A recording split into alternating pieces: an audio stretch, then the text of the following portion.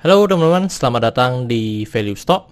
Hari ini saya akan membahas analisa fundamental saham WIM kuartal pertama tahun 2021.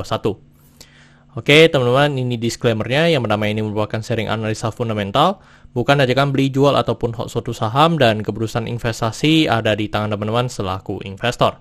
Yang ketiga, dari analisa fundamental ini bisa dijadikan referensi untuk analisa saham-saham yang teman-teman miliki.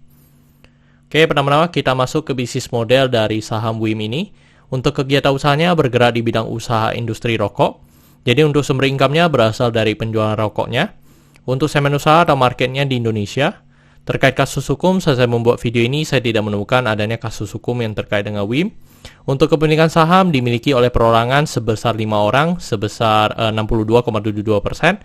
Dan sisanya dimiliki oleh masyarakat sebesar 37,28%. Dan teman-teman, ini merupakan rokok-rokok yang dihasilkan. Jadi ada SKT, ada SKM, itu juga ada cerutu sama filter sigaretnya. Dan untuk lebih detailnya teman-teman bisa langsung saja ke website dari Wismila ini. Dan ini teman-teman kita lihat dari segi pendapatannya. Untuk pendapatan dari WIM ini untuk kuartal pertama mengalami kenaikan 52,3%. Dan ini sangat bagus ya teman-teman. Dan ini saya asumsikan kuartal keempatnya memiliki kinerja yang sama dengan kuartal pertama. Maka sampai akhir tahun akan mengalami kenaikan sebesar 22,4%. Terus dari segi net profitnya juga mengalami kenaikan, dan kenaikannya sekitar 170% ya teman-teman. Dan ini juga saya asumsikan kuartal keempatnya memiliki kinerja yang sama dengan kuartal pertama, maka sampai akhir tahun akan mengalami kenaikan sebesar 6,5%.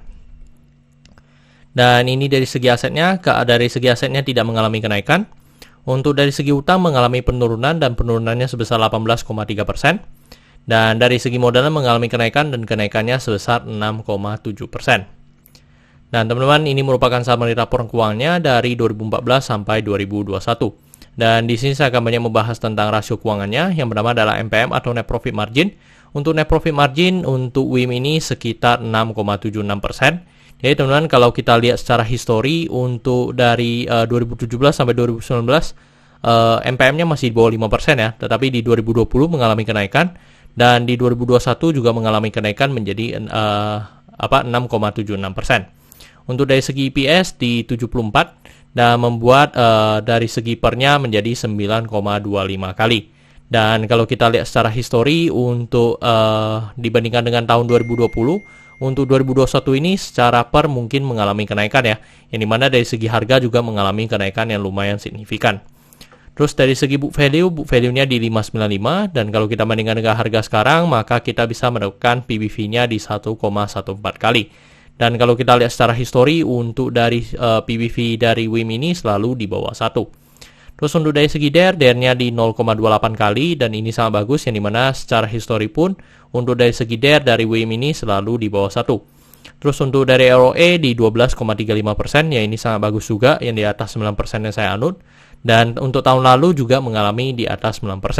Tetapi kalau 2017 sampai 2019 selalu di bawah dari 9% ya teman-teman. Terus untuk dari segi ROA di 9,65%. Oke teman-teman, saya membuat video ini untuk harga sahamnya di 680, dan dari analisa fundamental saya bisa menemukan nilai intrinsic value-nya sekitar Rp700. Jadi masih memiliki margin of safety 3%. Dan ini kesimpulannya, yang pertama dari produk dan jasa saya berikan status oke karena saya melihat perusahaan ini mampu bertahan 5-10 tahun ke depan. Untuk GCG saya berikan status oke karena tidak memiliki kasus hukum. Yang kedua, memiliki pemegang saham mayoritas. Untuk revenue dan net profit saya berikan status oke karena mengalami kenaikan. Untuk dari segi aset saya berikan status oke karena tidak mengalami kenaikan, tetapi masih oke, tidak mengalami penurunan. Untuk dari liability saya berikan status oke karena DER-nya di bawah 1.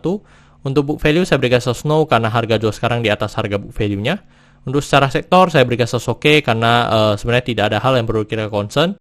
Cuman kondisi cukai ya teman-teman. Tetapi dan dalam satu sisi lagi dari liability-nya oke, saya berikan satu sektor ini oke.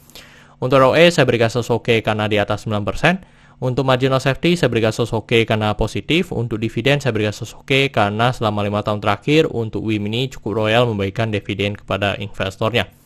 Oke teman-teman, jadi kesimpulannya adalah 10 dibanding 11. Dan pertanyaannya adalah apakah saya akan membeli saham WIIM ini?